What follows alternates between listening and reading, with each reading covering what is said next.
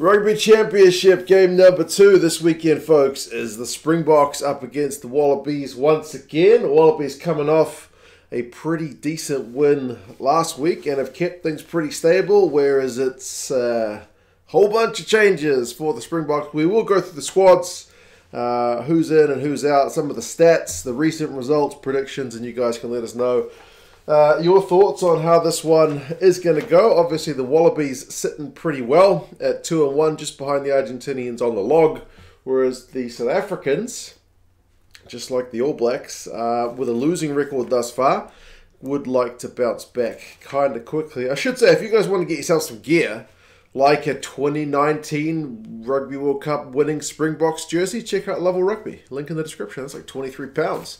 Which for a new rugby jersey is actually remarkably cheap. But only XXL in that size, to be fair, but that just happens to be my size. So happy days. I own that jersey. It's a pretty nice one. For the Wallabies, like I said, they've actually kept things stable. As far as I'm aware, there's only one change to the entire 23. Slipper, Fainga'a and Alaalatoa. That's your front row. They were under a bit of pressure at scrum time, so they'll be looking to absolutely front up in that area. And Rory, Arnold, Matt Phillip will be looking to secure a fair bit more line-out ball, because last week the line-out numbers were in the 50s, I think. So pretty poor, but it didn't end up mattering. Set piece under a bit of pressure, but the Wallabies did what they needed to do to get a win. But set piece is certainly one area, if you're looking for an area you'd like to see improvement for the Wallabies, that'd be it. Whereas the Lucies, Jed Holloway, Fraser, McReight, and Rob Valetini will be pretty happy with their shift. McReight getting a couple of tries and turnover. Valetini with some big carries.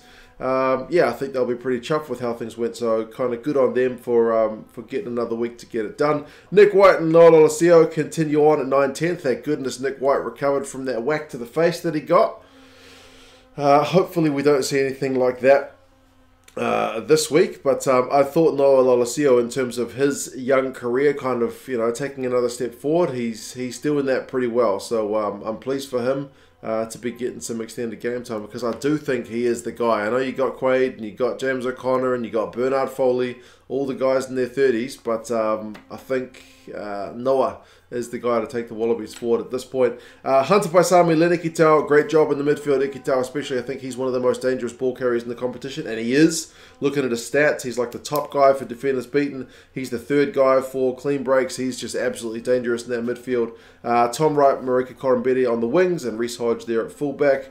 Koroibete was pretty immense in his shift as well, getting a try, putting in a big tackle, which some people didn't like I mentioned. But yeah, there you go. That's the Wallabies starting 15. The bench-wise, Porecki, Tupou, they're looking for more out of Tupou in terms of his impact coming off the bench. Swain, Leota, Samu. So it's still the 6-2 split. And I think the Wallabies got pretty, I guess, good value out of the 6-2, although they weren't that chuffed with how they kind of conceded a bunch of late points. So another area if they're looking for improvement. Jake Gordon comes in for Tate McDermott, and Andrew Kellaway is still there. Apparently Tate McDermott didn't do anything wrong, but Jake Gordon, it's his home track in New South Wales, and yeah, Dave just wants to give him a chance. So yeah, there you go. I mean, in terms of run meters, guys, it's interesting to see Valetini is one of the top guys in the competition. So yeah, I mean, Ikitau in the backs and Valetini in the forwards, certainly two of the guys that have been excelling thus far for the Wallabies in the Rugby Championship. Now, for the South Africans, I mentioned change, and it's a whole bunch of changes. Kitsoff, Marks, and Malherbe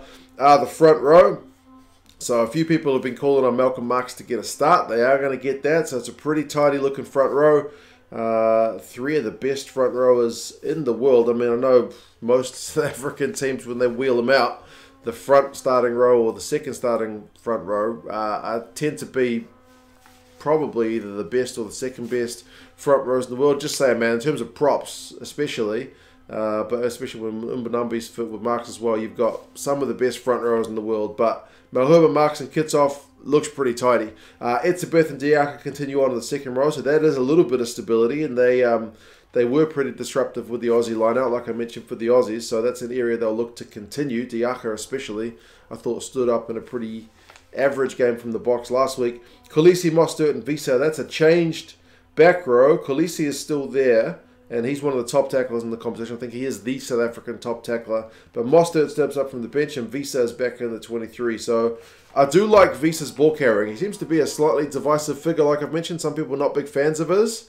But in terms of, he's a bit of a grub. Like I mentioned, every team's got him. We've got Dane Cole's back in our lineup, who's our grub. But Visa, in terms of just pure rock-hard ball carrying, that's what you're going to get from that guy. And they need to see that guy getting over the advantage line. So, yeah, pleased for that guy to get another crack. And he's another one with a squad. I think the South African squad has generally been the oldest one named each week thus far. Visa's kind of one of the guys he's not Dwayne Vermeulen's age, basically, right? He's another guy who's got a bit more future prospects about him. Hendrickse and Willemse is the 19 combo, so that's a change. Hendrickse was on the bench last week. He's getting a start. There's no Faf. And Willemse shifts from 15 to 10. So big pressure, I would say, on this man. But I do think it's kind of needed because you've had Pollard, who didn't have his best game last week. Now he's injured. I think he's been sent back to his club. I think he's done for the Rugby Championship. And you've had Yankees. Yankees, why did my voice break when saying that guy's name? Yankees, who's not really seemed to be the definitive answer for the Springboks as the other 10 for quite some time. But Willemse, I don't think he's played 10 for a wee while. He's been playing Stormers 12 and he's been playing 15. But he can play 10. And he's going to get a crack to run the Springboks backline. So, I mean, he's got a great offloading game. I look to see him carrying as well. His kicking game is good. So, good luck to the young man. A lot of pressure on whoever plays 10 for the Springboks. So, either way, it's depth building for the World Cup, and we'll see how he goes in Australia. Dearlende and Creel are the 12-13 combo. Lucanio is another guy who's been sent back to his club. I don't think he's looking in good shape in terms of an injury for him as well. So that's troubling because when you're looking at pure stats guys as well, Lucanio stats are phenomenal. Defenders beating clean breaks, run meters. He has just been tearing it up this competition. Creel's got some big shoes to fill, certainly in that 13 jersey. And then you got Mapimpi, Moody, and LaRue in the back three. Canan Moody is like 19 years old. I don't know what you were doing at 19, but for me, it certainly wasn't representing my country at Test rugby. So, man, big pressure on this guy, but he is a proper talent. He's a big guy. He's 6 foot plus. He's quick. He can play fullback, so he's good in the air.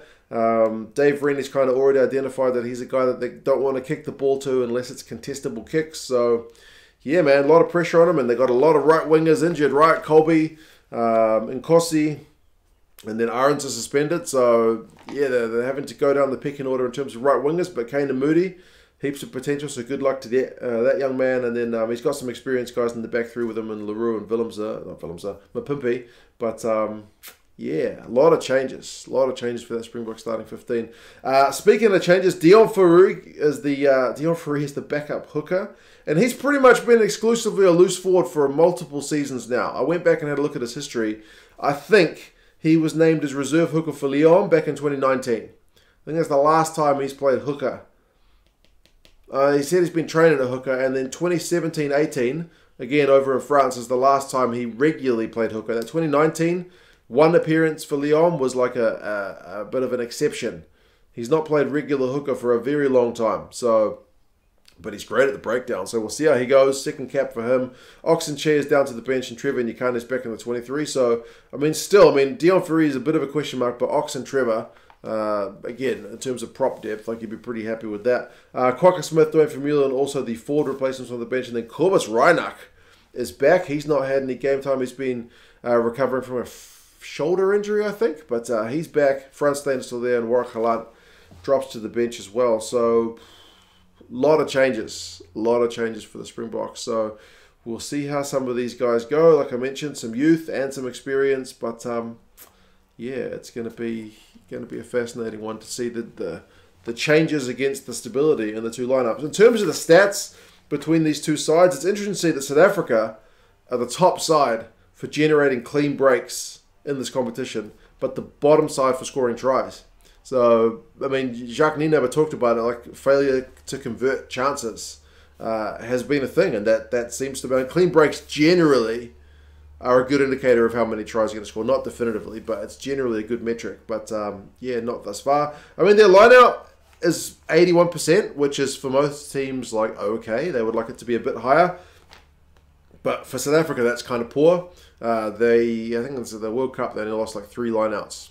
So, yeah, usually they're a 90+% team. And their lineout's certainly better than the Aussie lineout, but it's an area they would certainly like to improve. And interestingly, the last 2 games, South Africa have started a wee bit slowly. They haven't scored any points in the first 20 minutes, and that's an area that Jacques Nienaber has been talking about as well, that they can't control whether they start quickly, but they can start with high intensity. So that's what they're going to need to do, because Australia have no problems with starting quickly. I think they've scored 10 points in each of their games thus far in the Rugby Championship in the first 20 minutes. They've been starting like absolute flyers, relentless. However, they do concede too many penalties, surely.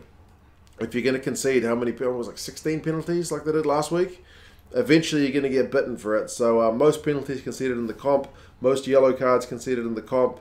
South Africa is the least. Their discipline's been actually pretty good, but both sides are a wee bit guilty of coughing up bit too much ball in this competition. But I mean, Australia had their best game in that regard last week, whereas South Africa had their worst. So yeah, it's I don't know, man. It's as I said, it's going to be a pretty fascinating one. I've already mentioned the set piece. Aussie lineout last week wasn't great, but they made up with it with their turnovers. Didn't they? Around the park, they were phenomenal. So yeah, some really, really interesting battles to go forward in this game. Last 5, it's 3-2 to the Aussies, and you can bet that it's all 3 games that were played in Australia. And the 2 wins for the South Africans, those were 2 games back in South Africa. We mentioned it last week. That's just how these teams seem to go. The Aussies win in Australia, the South Africans win in South Africa. However, it's an interesting one because this game's in Sydney at the new Allianz Stadium, which has been demolished and rebuilt. And the Australians' record in Sydney is atrocious. I saw a stat that said the only team they've beaten since 2015 in Sydney is Samoa. Everyone else they've lost or drawn. And it's like there's Argentina, there's New Zealand, there's England, there's Ireland, all these teams in that mix. I think Scotland as well. Like, the Aussies have got a really bad record in Sydney, but the South Africans got a really bad record in Australia. So it's 2 bad records kind of going head-to-head. Fascinating times, folks. It's 7:35 kickoff local time over in Australia. It is Ben O'Keefe, so another New Zealand ref for this one. We'll see how he goes. In terms of predictions, the Aussies are like half a point favourites with the bookie, so pretty much dead even. And the Rugby Forecast algorithm's got South Africa by 3. So yes, we will see, folks. You guys let me know your thoughts. How do you think a much-changed South African lineup is going to go? Still with a pretty mean-looking forward pack, you'd have to say. So Australia, with the consistency, keeping things stable, can they get another job done over the Springboks? Can they break their Sydney hoodoo, or can the Boks break their Australia hoodoo? You guys let me know your thoughts, and yeah, I'll talk to you guys again soon. See you later.